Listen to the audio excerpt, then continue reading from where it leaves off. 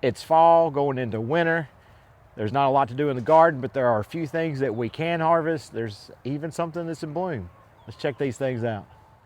The first thing we can gather is goji berries.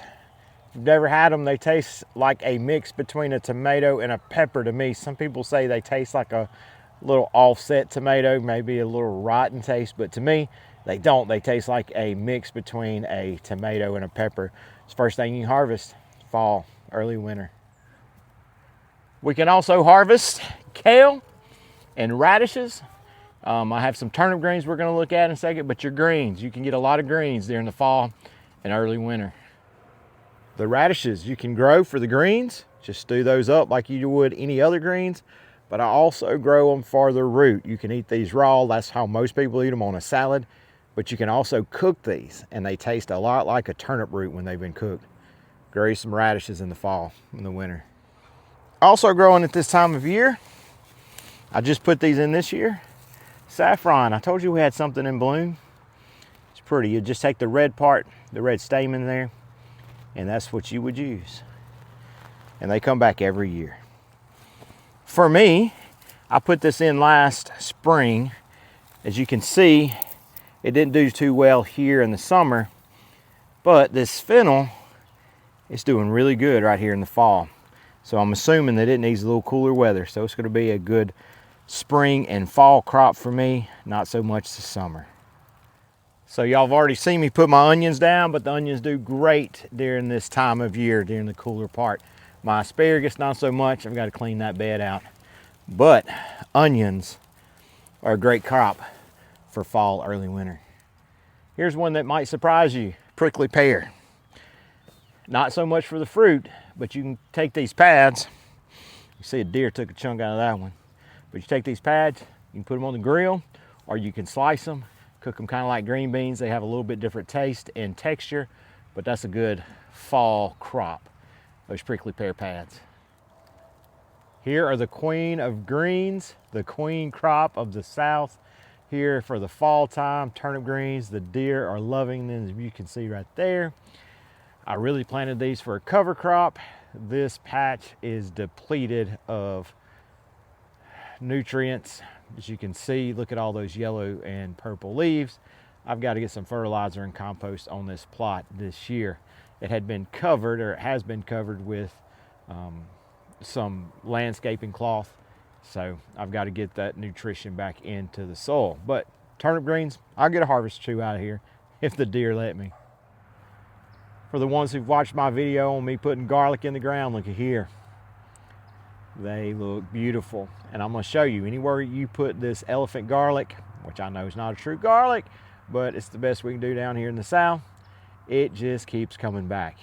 So find a place you want it and keep it there, or you'll have garlic everywhere in your yard. So here's my elephant garlic, looking good. There's some garlic that I planted here several years ago underneath this peach tree when it was younger. And look, it just keeps coming up. We have fire ants here. Not good, we'll have to take care of those later. But look at this, after several years, the garlic still comes back every year. Now, I keep letting it come back because really it keeps the deer away. It's a good deterrent. As you see over here, same thing under this peach tree. Garlic just keeps coming up. Like I said, I'll let it stay. If you get tired of it, just mow it down. Poor peach tree, no leaves at the bottom. We still got some on the top. But winter is on the way. Here's a great winter or fall crop. Leaf celery. As you can see, we've been gathering some. All you do is come in and cut the top and just let it keep growing back. Now, you don't let it grow like a large celery. As you can see, it looks like a small celery stick. You use leaf and all, and it smells good. Even now, as I touch it, it smells like Thanksgiving. Get you some leaf celery, and it'll grow for you year round. But it does really good during the fall and spring. This is a crop that you have year round. Garlic chives, and if you see right here, it's actually gone to seed. So I can plant it and put it wherever I want it. Usually we let the seeds drop back We started this bed with, I think, 6 plants on this end, and it took several years, but it filled the whole bed. And how you use these garlic chives anywhere you'd use garlic. Carrots, they do great during the fall and the spring, especially during the fall. I cannot grow carrots in the summer. It's just too hot here in the south. And so I take advantage of this cooler weather and grow some carrots. Now these are wild onion chives. Here they grow during the spring, normally during the fall, but normally during the spring when you cut your grass, you smell that onion. That's what you just cut. I gathered some, put it in this little bed. It's native to the area, and you can use it just like you would do any other onion. Now, I do need to weed this bed, as you can see. Forgive me for that, but wild onion chives. So what else do I do during the fall? Well, after the leaves fall off all the trees, I make sure I gather up all these leaves and I put them in a mulch pile, or I go ahead and put them around trees, around especially my blackberries, and let them decompose right where they are. Leaves are a great resource. Don't put them by the road, and if your neighbor puts theirs by the road, get theirs and use these leaves that are on the ground to give nourishment to something like these blackberries I have here. Or put them in your asparagus bed or around your onions. Just put them somewhere where they can decompose and put that nutrition back in the ground. Here are my muscadine vines. I even have one little muscadine left. Surprised the deer left that one. But here's a great example. See, the leaves fall off and they fall down, and I leave them, I gather them up and leave them under to decompose to give nutrition back to my plants. Now I know some people say you need to get rid of those leaves for disease. I'm gonna go with what nature does. Nature drops them, leaves them. And in nature, the reason that those trees or these vines would drop those leaves is, one, it would suppress competition, like we use mulch, same way we use mulch, and so that they could go into the ground and provide nutrition for the roots. So those muscadine leaves will fertilize my muscadines and my blackberries that are right there behind them.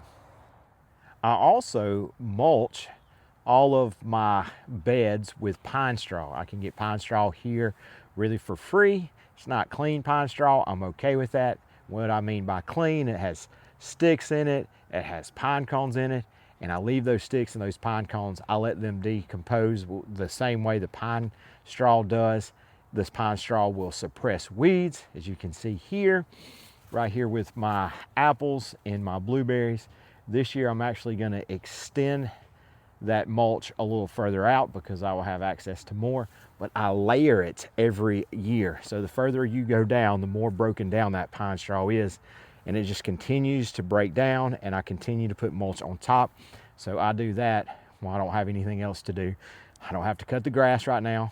That's a plus. I don't have a whole lot to harvest. I have some things, but not a lot. I don't have to weed right now, although I do weed some, not a lot. So this gives me an opportunity to catch up with all my mulch. And the pine trees are dropping their needles, and so it gives me an abundance of pine straw. So I make sure I mulch everything during the fall and winter also. These are some crops. These are some projects that I get done during the fall, early winter in my garden. They may not grow for you in your area, but for me they work. Now, I also, during this time of year, I take it easy. You need to take a break. You don't want to burn out. Your garden is a place that you come where you can work out your anxiety, where you can find peace, where you can connect with your Creator. It's a place where you can hear from God.